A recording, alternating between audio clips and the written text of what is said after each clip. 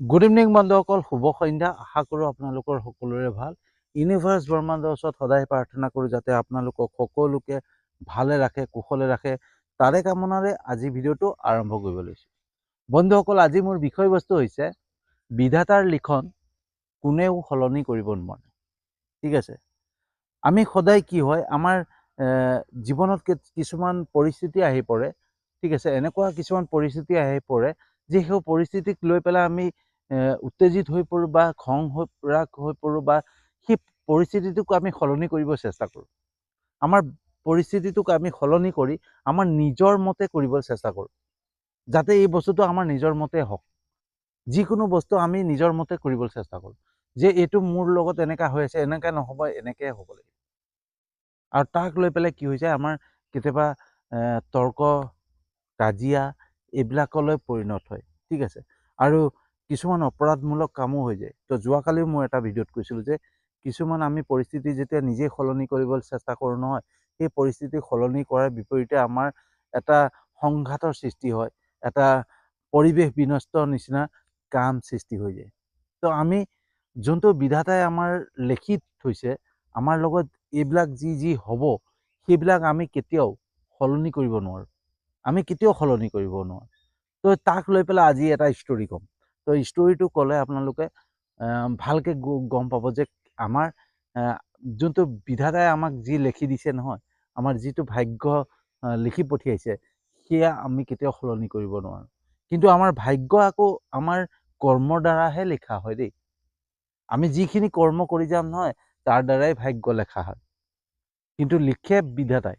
ঠিক আছে, তো এই বিধাতাই লিখনি কেনেকৈ সলনি কৰিব নোৱাৰি, তাক লৈ এটা ষ্টৰি ক'ম। সেই ষ্টৰিটো সম্পূৰ্ণকৈ চাব, সম্পূৰ্ণকৈ চালে গম পাব। তাৰ আগতে এটা কথা কৈ লওঁ, যদি মোৰ ভিডিঅ'বিলাক আপোনালোকৰ ভাল লাগে তেতিয়াহ'লে মোৰ ইউটিউব চেনেলটো ছাবস্ক্ৰাইব কৰি দিব, যাতে সাহস পাওঁ, উৎসাহ পাওঁ আপোনালোকৰ পৰা আৰু এনেকুৱা ধৰণৰ ভাল ভাল ভিডিঅ' বনাবৰ কাৰণে। আৰু এটা মোৰ ফেচবুক পেজো আছে, তাতো আপোনালোকে ফ'ল' কৰি ল'ব। তো আহক দেৰি নকৰোঁ, ষ্টৰিলৈ যাওঁ। তো ষ্টৰিটো এনেকুৱা ধৰণৰ, এখন গাঁৱত এজন ডাঙৰ মহাত্মা আছিলে, একদম ডাঙৰ সাধু, মানে সাধু বাবা, এজন মহাত্মা পুৰুষ আছিলে। আৰু সেই সাধু বাবাৰ এনেকুৱা এটা অলৌকিক জ্ঞান আছিলে যে তেওঁ সকলোৰে ভৱিষ্যত চাব পাৰে, সকলোৰে অতীত ভৱিষ্যত সকলো চাব পাৰে, আৰু কি হ'ব কি নহ'ব সকলো কৈ দিব পাৰে। আৰু তেওঁ এনেকুৱা এটা অলৌকিক মানে শক্তি আছিলে, পাৱাৰ আছিলে, যে তেওঁ কাকবা যদি কিবা এটা আশীৰ্বাদ দিয়ে বা কিবা এটা কয় নহয়, সেই বস্তুটো হৈ যায়। ঠিক আছে, এনেকুৱা এটা পাৱাৰ আছিলে। আৰু সেইখন গাঁৱতে এজন পণ্ডিত আছিলে, আৰু তেওঁৰ ৱাইফ আছিলে, তেওঁৰ মানে পৰিবাৰ, তেওঁৰ পত্নী আছিলে, হাজবেণ্ড ৱাইফ, মানে ধৰ স্বামী স্ত্ৰী আছিলে। আৰু সেই স্বামী স্ত্ৰী কি আছিলে, কোনো সন্তান নাছিলে। সেই পণ্ডিতজনৰ কোনো সন্তান নাছিলে। পণ্ডিত আৰু পণ্ডিতৰ ৱাইফৰ মানে তেওঁলোকৰ কোনো সন্তান নাছিলে, সন্তানহীন হৈ আছিলে, আৰু তেওঁলোকে সদায় চিন্তাত থাকে। তো এদিন তেওঁৰ পণ্ডিতৰ ৱাইফে পণ্ডিতক ক'লে যে এদিন সেই মহাত্মাৰ ওচৰলৈ গ'লে কেনেকুৱা হয়, সেই মহাত্মাৰ ওচৰত গৈ পেলাই যদি আমি আশীৰ্বাদ লওঁ, কিজানি আমাৰ সন্তান হৈ যায়। তাৰপিছত দুয়ো সিদ্ধান্ত ল'লে মহাত্মাৰ ওচৰলৈ যাব, আৰু তেনেকৈ মহাত্মাৰ ওচৰলৈ গ'ল। মহাত্মাৰ ওচৰত যাই সকলো কথা ক'লে যে আমাৰ কোনো সন্তান নাই, তো সেই সন্তান নোহোৱাৰ বাবে আপোনাৰ ওচৰত আশীৰ্বাদ বিচাৰি আহিছোঁ, যাতে আপুনি আশীৰ্বাদ কৰে আমাক সন্তান প্ৰাপ্তিৰ বাবে। তেতিয়া মহাত্মাই তেওঁলোকৰ কথা চিন্তা কৰিলে, তেওঁলোকৰ দুখ বুজি পালে। বুজি পাই পেলাই মহাত্মাই ঘৰৰ ভিতৰলৈ গ'ল, ঘৰৰ ভিতৰৰ পৰা আপেল দুটা আনিলে, আৰু আপেল দুটা আনি পেলাই ক'লে, এই আপেল দুটা তোমালোকে খাবা আৰু তোমালোকৰ সন্তান হ'ব। ঠিক আছে, তাৰপিছত দুয়ো গুচি গ'ল, গৈ আপেল দুটা তেওঁলোকে খালে। খোৱাৰ পিছত প্ৰায় মানে দুমাহমানৰ পিছত পণ্ডিতৰ ৱাইফ গৰ্ভৱতী হ'ল। ঠিক আছে, তেনেকৈ 1 বছৰৰ পিছত, মানে সেই 1 বছৰতে তেওঁলোকৰ এটা পুত্ৰ সন্তান জন্ম হ'ল, আৰু সেই পুত্ৰ সন্তানৰ নাম ৰাখিলে অৰ্জুন। ঠিক আছে, অৰ্জুন নামেৰে নামাকৰণ কৰি পেলাই মানে পুত্ৰ সন্তান ৰাখিলে। ৰখাৰ পিছত যেতিয়া সন্তান জন্ম হ'ল, সন্তান জন্ম হোৱাৰ পিছত ফূৰ্তিতে আনন্দত মতলীয়া হৈ পৰিল। পৰিল, আনন্দত মানে একদম ক'ব নোৱাৰা হৈ গ'ল। তাৰপিছত পণ্ডিতৰ ৱাইফে, পণ্ডিতৰ মানে পত্নীয়ে পণ্ডিতক ক'লে যে সেই মহাত্মাজনৰ কাৰণে আমাৰ এই সন্তান প্ৰাপ্তি হ'ল, গতিকে সেই মহাত্মাক আমাৰ ঘৰলৈ আমন্ত্ৰণ কৰা, আমি তেওঁক ভালকৈ শুশ্ৰূষা কৰিব বিচাৰোঁ। আৰু সেইদৰেই পণ্ডিতে মহাত্মাক মাতি আনিলে, মহাত্মাক মাতি আনি পেলাই সেৱা শুশ্ৰূষা কৰিলে, ধুনীয়াকৈ খোৱা বোৱা কৰাই। তাৰপিছত পণ্ডিতে ক'লে যে মোৰ ল'ৰাৰ ভাগ্যটো কৈ দিয়ক, যে মোৰ ল'ৰাৰ কেনেকুৱা হ'ব, কি হ'ব। তেতিয়া মহাত্মাই ক'লে এতিয়া সময় উপযোগী নহয়, সি যেতিয়া 8 বছৰ হৈ যাব তেতিয়া মোৰ ওচৰলৈ লৈ আহিবা, মই তাৰ সময় মানে সকলো কথা কৈ দিম। ঠিক আছে। তেনেকৈ দিন পাৰ হ'ল, ল'ৰা 8 বছৰ হৈ গ'ল। 8 বছৰ হোৱাৰ পিছত মনত পৰিলে পণ্ডিতৰ যে মহাত্মাই মাতিছিলে 8 বছৰ সম্পূৰ্ণ হোৱাৰ পিছত। তাৰপিছতে আৰু মনত পৰাৰ পিছত পণ্ডিত আৰু পণ্ডিতৰ ৱাইফ আৰু ল'ৰাটোক লৈ মহাত্মাৰ ওচৰলৈ গ'ল। আৰু মহাত্মাৰ ওচৰত গৈ পেলাই ক'লেগৈ যে আপোনাৰে দান, আপোনাৰে আশীৰ্বাদত যি ল'ৰা আজি মোৰ 8 বছৰ হ'ল সম্পূৰ্ণ, আৰু আপুনি মোক কৈছিলে যে 8 বছৰ সম্পূৰ্ণ হ'লে তাৰ ভৱিষ্যতৰ কথা, ভাগ্যৰ কথা আপুনি ক'ব, সেইবাবে আজি আপোনাৰ ওচৰত আহিছোঁ। তেতিয়া মহাত্মাই ক'লে, মহাত্মাই ঠিক আছে, মই তাক চাই চিতি মই সকলো কৈ আছোঁ। গোটেই চাই চিতি ক'লে যে আপোনাৰ ল'ৰা বহুত শান্ত হ'ব, বহুত ভাগ্যৱান হ'ব, কিন্তু এটা ডাঙৰ কথা হৈ আছে, এটা ডাঙৰ বিপত্তি। আৰু সেই ডাঙৰ কথাটোৰ কাৰণে হয়তো আপোনালোকৰ মানে সমাজত অকণমান আপোনালোকৰ প্ৰব্লেমো হ'ব পাৰে, আপোনালোকৰ বিপদো হ'ব পাৰে। ঠিক আছে। তো সেইকাৰণে মই অকণমান ভয় খাই আছোঁ। তো পণ্ডিতে সুধিলে যে সেইটো খণ্ডন কৰিব পাৰিনে? বোলে বিধাতাৰ লিখন কোনো খণ্ডন কৰিব নোৱাৰে, কোনো সলনি কৰিব নোৱাৰে, সেইটো হ'বই। ঠিক আছে। তো পণ্ডিতে সুধিলে যে কথাটোনো কি? তেতিয়া ক'লে যে আপুনিতো ব্ৰাহ্মণ হয়, কিন্তু আপোনাৰ ল'ৰাই যিগৰাকী ছোৱালীক বিয়া পাতিব, সেই ছোৱালীজনী এটা মানে তল শ্ৰেণীৰ, তল জাতিৰ ছোৱালী এজনীক বিয়া পাতিব। ঠিক আছে। এজন মাছুৱাৰাৰ, মাছ মৰা ছোৱালীক বিয়া পাতিব। সেই কথা শুনি পণ্ডিত একদম মানে চিন্তাত পৰি গ'ল। পণ্ডিতে চিন্তা কৰি পেলাই পণ্ডিতে মহাত্মাক ক'লে যে এইটোতো কেতিয়াও সম্ভৱ নহয়, আৰু এইটো সম্ভৱ মই কেতিয়াও হ'ব নিদিওঁ। তেতিয়াহ'লে আপুনি মোক কওক সেই ছোৱালীজনী ঘৰ ক'ত আৰু সেই ছোৱালীজনী কোন? তেতিয়া মহাত্মাই ক'লে যে সেই ছোৱালীজনী হৈছে সুমিত্ৰা নামৰে এগৰাকী ছোৱালী, জন্ম হৈছে। ঠিক আছে। সেই ছোৱালীজনী আমুক জেগাত আছে, আমুক তেওঁৰ দেউতাকৰ 3জনী ছোৱালী, আৰু 3জনীৰে আটাইতকৈ সৰু যোনজনী ছোৱালী তোমাৰ পুত্ৰৰ বাবে এই পৃথিৱীলৈ আহিছে। পণ্ডিতে সেই কথা শুনি পেলাই পণ্ডিতে লগালগ মানে পৰিয়ালক ঘৰত ৰাখি পেলাই সেই ছোৱালীজনীক বিচাৰি ওলাই গ'ল। ছোৱালীজনীক বিচাৰি বিচাৰি গৈ পেলাই পালেগৈ মাছুৱাৰাৰ ওচৰত। মাছুৱাৰাৰ ওচৰত পাই পেলাই মাছৱালাৰ সুধিলে যে আপোনাৰ ঘৰত 3জনী ছোৱালী? বোলে অঁ 3জনী ছোৱালী। আটাইতকৈ সৰু ছোৱালীজনীৰ নাম সুমিত্ৰা নেকি? বোলে হয়, মোৰ আটাইতকৈ সৰু ছোৱালীজনীৰ নাম সুমিত্ৰা।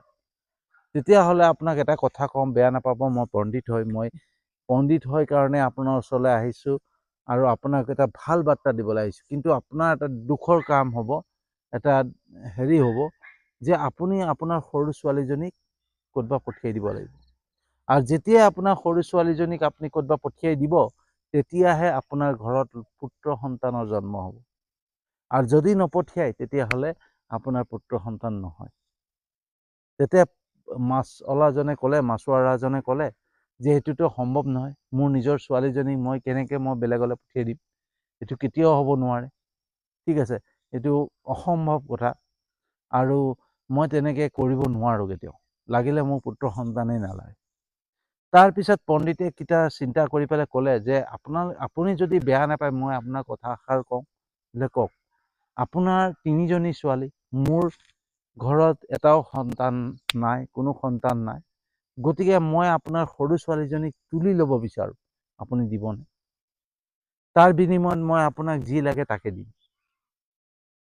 তেতিয়া যেতিয়া টকা দিলে, টকা দিয়া দেখা পাই মাছুৱাৰাজনীও লোভত পৰি পেলাই কণমানি ছোৱালীজনীক দি দিলে পণ্ডিতৰ হাতত। আৰু পণ্ডিতে কি কৰিলে, পইচা পাতি দি পেলাই লৈ আহিলে, আনি পেলাই এখন নদীৰ ওচৰত আহিলে, নদীৰ ওচৰত আহি পেলাই এটা বাকচত, এটা মানে কাগজৰ বাকচত ভৰাই দিলে। ভৰাই দি পেলাই চিন্তা কৰিলে যে মই যদি কণমানিজনীক হত্যা কৰোঁ, হত্যা কৰিলে মোৰ মানে বাল্য হত্যাৰ পাপ লাগিব, গতিকে মই হত্যা নকৰোঁ, এই ছোৱালীজনীক এনেকৈ কাগজৰ বাকচত মই উটুৱাই দিওঁ, কাগজটো যিমানেই সেমেকি সেমেকি পেলাই হেৰি হৈ যাব, তেতিয়া ডুবি যাব, ছোৱালীজনী মৰি থাকিব। সেই চিন্তা কৰি পেলাই এটা কাগজৰ বাকচত কাৰ্টুনত ভৰাই পেলাই উটুৱাই দিলে। আৰু তেনেকৈ উটুৱাই পেলাই গুচি আহিলে। পণ্ডিতে ভাবিলে যে মৰি যাব। তাৰপিছত কি হ'ল, সেই বাকচটো উটি উটি গৈ আছিলে, আৰু তেনেকুৱাতে আন এখন গাঁৱত আন এজন পণ্ডিতে, আন এজন ব্ৰাহ্মণে স্নান কৰি আছিলে, গা ধুই আছিলে। গা ধুই থাকোঁতে আহি পেলাই তেওঁৰ ভৰিতে বাকচটো পৰিল। বাকচটো পৰা দেখা পোৱাৰ লগে লগে গংগাক প্ৰণাম কৰি আছিলে, প্ৰণাম কৰি থাকোঁতেই পালে। পোৱাৰ লগে লগে দেখা পালে যে বাকচটোৰ ভিতৰত এটা কণমানি ছোৱালী খেলি আছে। লগালগ কোলাত তুলি ল'লে, কোলাত তুলি লৈ ঘৰলৈ আহিলে। ঘৰলৈ আহি পেলাই কৈছে আৰু ৱাইফক যে আমিতো সন্তান নাই, আমাৰ সন্তানহীন আছিলে, আজি মই গংগা মাক প্ৰাৰ্থনা কৰি আছিলোঁ, প্ৰাৰ্থনা কৰি থাকোঁতে মোক এই সন্তানটো প্ৰাপ্তি হ'ল, এই সন্তান আমাক দিলে। সেই বুলি সেই পণ্ডিতজনে তুলি তালি ডাঙৰ দীঘল কৰিলে ছোৱালীজনী। যেতিয়া ছোৱালী ডাঙৰ হৈ গ'ল, ছোৱালী ডাঙৰ হৈ যোৱাৰ পিছত পণ্ডিতে চিন্তা কৰিলে যে পণ্ডিতৰ ৱাইফে পণ্ডিতক ক'লে যে ছোৱালী ডাঙৰ হৈছে, গতিকে ছোৱালীৰ কাৰণে দৰা বিচৰা কাম আৰম্ভ কৰিব লাগে। দৰা ছোৱালীকতো বিয়া দিবই লাগিব, গতিকে ভাল দৰা এটা চোৱাৰো আমাৰ দায়িত্ব। সেই চিন্তা কৰি পেলাই পণ্ডিত পিছদিনাখন ওলাই গ'ল। ওলাই গৈ পেলাই মানে বেলেগ এখন, সেই যোনটো অৰ্জুনৰ গাঁও আছিলে, অৰ্জুন য'ত আছিলে, অৰ্জুনৰ মাক দেউতাক আছিলে, তালৈ গ'ল। আৰু তাত গৈ এনেকৈ সোধ পোছ কৰি থাকোঁতে ক'লে যে ইয়াত কোনোবা ব্ৰাহ্মণ পৰিয়াল আছে নেকি, যাত ল'ৰা আছে বিবাহযোগ্য।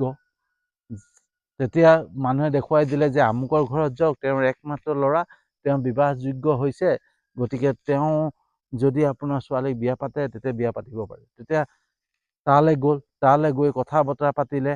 তাৰপিছত এদিন মাতিলে। মাতাৰ পিছত সেই পণ্ডিতো আহিলে, আহি চোৱা চিতা কৰিলে, আৰু চোৱা চিতা কৰি সকলো হৈ অৰ্জুনৰ লগত বিবাহ পাশত আবদ্ধ কৰি দিলে। আৰু বিয়া হৈ গ'ল। বিয়া হৈ যোৱাৰ পিছত এদিন কি হ'ল, প্ৰায় 2-3 মাহমান, বিয়াৰ 2-3 মাহৰ পিছত, বিয়া হৈ যোৱাৰ 2-3 মাহৰ পিছত অৰ্জুনে কিবা কামত গাঁৱৰ বাহিৰলৈ যাবলগীয়া হ'ল। গাঁৱৰ বাহিৰলৈ গ'ল, আৰু সেই সময়তে বাপেক মাকে ভাবিলে যে আমি মহাত্মাৰ ওচৰলৈ যোৱা নাই, সেই মহাত্মাজনৰ ওচৰত বহুত দিন যোৱা নাই, তো ব'লা বোৱাৰীকে লৈ যাওঁ, বোৱাৰীকো দেখাই আহোঁগৈ, বোৱাৰীক দেখুৱাই আহি বোৱাৰীক আশীৰ্বাদ লৈ আহোঁ সেই মহাত্মাজনৰ ওচৰৰ পৰা। সেই বুলি গোটেইখিনি গ'ল তালৈ। যোৱাৰ পিছত মহাত্মাই যেতিয়া চালে কৰিলে, গোটেই হেৰি কৰিলে, মহাত্মাৰ ওচৰত যোৱাৰ পিছত মহাত্মাই চোৱাৰ পিছত তেতিয়া পণ্ডিতক ক'লে যে মই তোমাক কৈছিলোঁ নে, বিধাতাৰ লিখন কেতিয়াও মোহাৰিব নোৱাৰা। তোমাৰ বোৱাৰী, মই যি কোৱা দৰে সেই সুমিত্ৰাই তোমাৰ ঘৰলৈকে আহিলে। ঠিক আছে, সেই সুমিত্ৰাই তোমাৰ ঘৰলৈকে আহিলে, সেই ছোৱালীজনীয়ে তোমাৰ বোৱাৰী হ'ল। গতিকে বিধাতাৰ লিখন তুমি কেতিয়াও মোহাৰিব নোৱাৰা। তাৰপিছত পণ্ডিতটো আচৰিত হ'ল। পণ্ডিতে আচৰিত হৈ পেলাই বোৱাৰীকক সুধিলে যে পণ্ডিত তোমাৰ আচল দেউতাক নহয় নেকি? তেতিয়া ক'লে, বোৱাৰীকে ক'লে, হয় দেউতা, সেয়া মোৰ আচল মা দেউতা নহয়। মোৰ মা দেউতা বহুত অত্যাচাৰী আছিলে, বহুত মানে বেয়া মানুহ আছিলে কাৰণে মোক নদীত উটুৱাই দিছিলে, আৰু নদীত উটুৱাই দিওঁতে এয়া মা দেউতাই মোক পালে, পাই পেলাই মোক তুলি তালি ডাঙৰ দীঘল কৰিলে, আৰু তেওঁৰ মই ছোৱালী হ'ল। সেই কথা শুনাৰ লগে লগে পণ্ডিতৰ মূৰত যেন স্বৰ্গটোৱে পৰি গ'ল, আকাশখনেই পৰি গ'ল। ঠিক আছে, পুৰা হেৰি হ'ল। তাৰপিছত কি কৰিলে, পণ্ডিতে ৱাইফক ঘৰলৈ পঠিয়াই বোৱাৰীয়েকক লগত লৈ পেলাই এফালে যাওঁ বুলি কৈ পেলাই লৈ গ'ল। লৈ গৈ একদম ঘোৰ এটা জংঘলৰ মাজত পাৰ হৈ গৈ পেলাই এখন নদীৰ মাজত গ'ল। নদীৰ মাজৰ ওচৰত পালেগৈ। নদীৰ মাজত পাই পেলাই কৈছে যে তুমি ইয়াত এনেকুৱা এটা বস্তু বিচাৰিব লাগিব যোনটো বস্তু মই পেলাই থৈ যাম, আৰু সেই বস্তুটো যোনটো পালে তোমাৰ পুত্ৰ সন্তান হ'ব, তোমাৰ সন্তান প্ৰাপ্তি হ'ব। আৰু যদি নোপোৱা তেতিয়ালৈকে তুমি ঘৰলৈ নাহিবা, যদি পোৱা তেতিয়াহে ঘৰলৈ আহিবা। তুমি ইয়াতে থাকিব লাগিব যেতিয়ালৈকে সেই বস্তুটো নোপোৱা। আৰু সেই বস্তুটো হৈছে মই এই আঙঠিটো, এই সোণৰ আঙঠিটো মই ইয়াত পেলাই দিছোঁ, তুমি বিচাৰি পেলাই আনিব লাগিব। সেই বুলি আঙঠিটো পেলাই দিলে নদীত। নদীত পেলাই দি পেলাই পণ্ডিত গুচি গ'ল। আৰু পণ্ডিত যোৱাৰ পিছত তাই তাতে মানে গোটেই বিচাৰি ফুৰিছে, আঙঠিটো নাই পোৱা। তেনেকৈ তাই তাতে থাকিলে। পণ্ডিতো গুচি গ'ল। পণ্ডিত যেতিয়া ল'ৰা আহিলে, ল'ৰা অহাৰ পিছত অৰ্জুন যেতিয়া ঘৰলৈ ঘূৰি আহিলে, অৰ্জুনে সুধিছে যে মোৰ পত্নী ক'ত গ'ল, মোৰ ৱাইফ ক'ত গ'ল। তেতিয়া ক'লে যে তুমি যোৱাৰ পিছত তোমাৰ পত্নী এনেকৈ নদীত গা ধুব যাওঁতে মানে পানীত উটি গ'ল।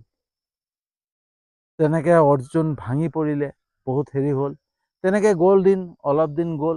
তাৰপিছত যোৱাৰ পিছত সেইফালে সুমিত্ৰায়ো মানে আঙঠি বিচাৰি বিচাৰি তাত পৰি ভাগৰি পৰিলে। ভাগৰি পৰাৰ পিছত এনেকৈ ৰাস্তাত ঘূৰি ফুৰোঁতে তেনেকুৱাতে ইফালৰ পৰা কোনোবা বেপাৰী, ভাল মানে ধনী বেপাৰী বেপাৰ কৰি পেলাই আহি আছিলে। বেপাৰ কৰি আহি থাকোঁতে তাইক দেখা পালে। তাইক দেখা পাই পেলাই সুধিলে যে তুমি এই জংঘলত কি কৰিছা। তেতিয়া তাই ক'লে মোৰ এনেকুৱা এনেকুৱা পৰিস্থিতি, মোৰ কোনো নাই, মোৰ ঘৰত কোনো নথকাৰ কাৰণে মই ইয়াত থাকিবলগীয়া হৈছে, মই বিচাৰি পোৱা নাই দিয়া। তেতিয়া বেপাৰীজনে ক'লে ঠিক আছে তুমি মোৰ লগতে বোলা, মোৰ ঘৰত থাকিবা। সেই বুলি বেপাৰীজনে তেওঁৰ ঘৰত লৈ গ'ল। আৰু এইফালে পণ্ডিতে মানে অৰ্জুনৰ কাৰণে বেলেগ এগৰাকী বিয়া পতাৰ কথা চিন্তা কৰিলে। আৰু সেই বিয়া পাতিব কাৰণে সেই বেপাৰীজন যোনখন গাঁৱত থাকে, আৰু সেই বেপাৰীজন আছিলে সেই পণ্ডিতজনৰ ভাল বন্ধু। ঠিক আছে।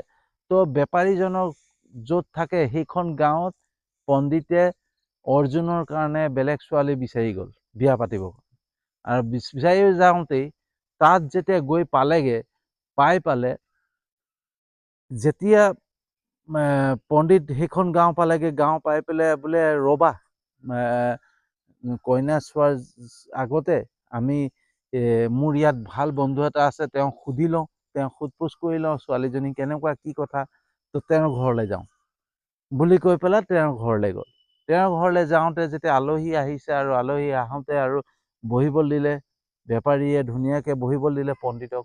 ভাল বন্ধু, বহুত দিনৰ মূৰত পাইছে, মানে আঁকোৱালি ধৰিলে। আঁকোৱালি ধৰাৰ পিছত ভাল বেয়া সোধ-পোছ কৰি বহিবলৈ দিলে। বহিবলৈ দি ক'লে যে চাহ পানী খাবৰ কাৰণে সুমিত্ৰাক মাতিলে যে সুমিত্ৰা, এই আলহী আহিছে, আলহীৰ কাৰণে সকলোলৈকে পানী আনা। আৰু যেতিয়া সুমিত্ৰাই পানী লৈ পেলাই আহিলে, অৰ্জুন জাপ মাৰি উঠিলে।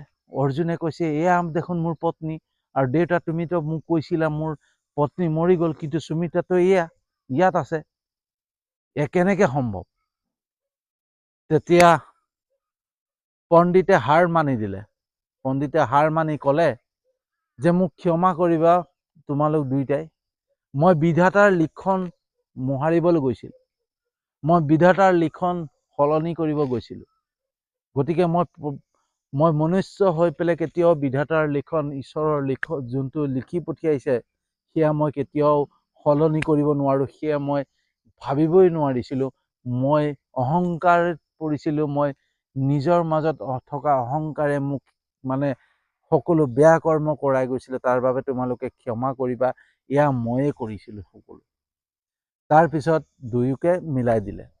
তো বন্ধুসকল, এই যোনটো ষ্টৰি, এই ষ্টৰিৰ পৰাই জনা যায় যে যোনটো বস্তু আমাৰ লগত হ'বলগীয়া আছে নহয়, সেইটো হ'বই। যি পৰিস্থিতি ঘটিবলগীয়া আছে তাক ঘটিবই। গতিকে আমি পৰিস্থিতিক আমি সলনি কৰিব নোৱাৰোঁ কেতিয়াও।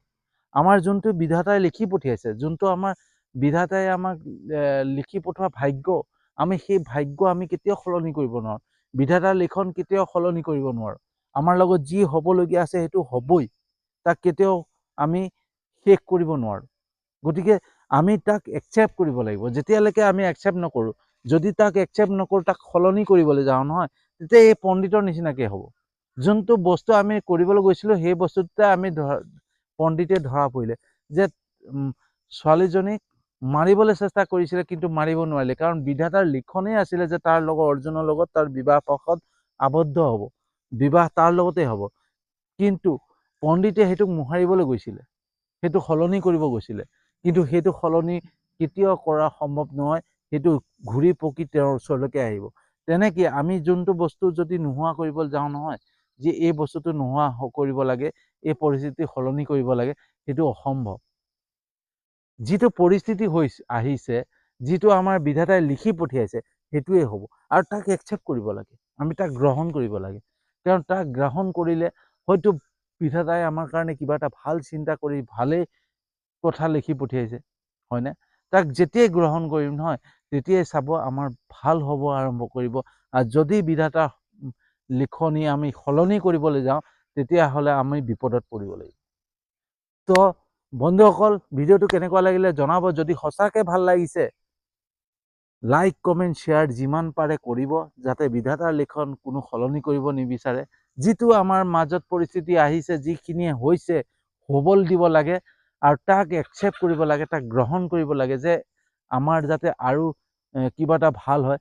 আৰু ঈশ্বৰে যিটো দিছে, যিটো কষ্ট দিছে, বা কিবা পৰিস্থিতি বেয়া হৈছে, কিবা বিপদ আহিছে, কিবা সমস্যা আহিছে, আহক, তাক লৈ পেলাই কেতিয়াও ভাঙি পৰিব নালাগে, কেতিয়াও হতাশ হ'ব নালাগে। তাক লৈ পেলাই আমি কিবা সলনি কৰিম সেইটো চিন্তা কৰিব নালাগে। যি আহিছে আহিছে, ভগৱানে দিছে, ঠিক আছে। যি হৈছে ভগৱানৰ ইচ্ছা, কাৰণ ভগৱানে আমাৰ কিবা এটা ভাল চিন্তা কৰিয়ে সকলো কাম কৰে, ঠিক আছে। তো সেইকাৰণে যিমান পাৰে শ্বেয়াৰ কৰিব, যাতে যিসকলে হতাশত পৰি থাকে, বিপদত পৰি থাকে, সমস্যাত পৰি থাকে, তেওঁলোকে এই ষ্টৰিটো পাই পেলাই যাতে অকণমান মনত শক্তি পায়, ঠিক আছে। তো আজিলৈ ইমানতে সামৰণি মাৰিছোঁ, আৰু এটা নতুন বিষয়বস্তু লৈ আহি আছোঁ।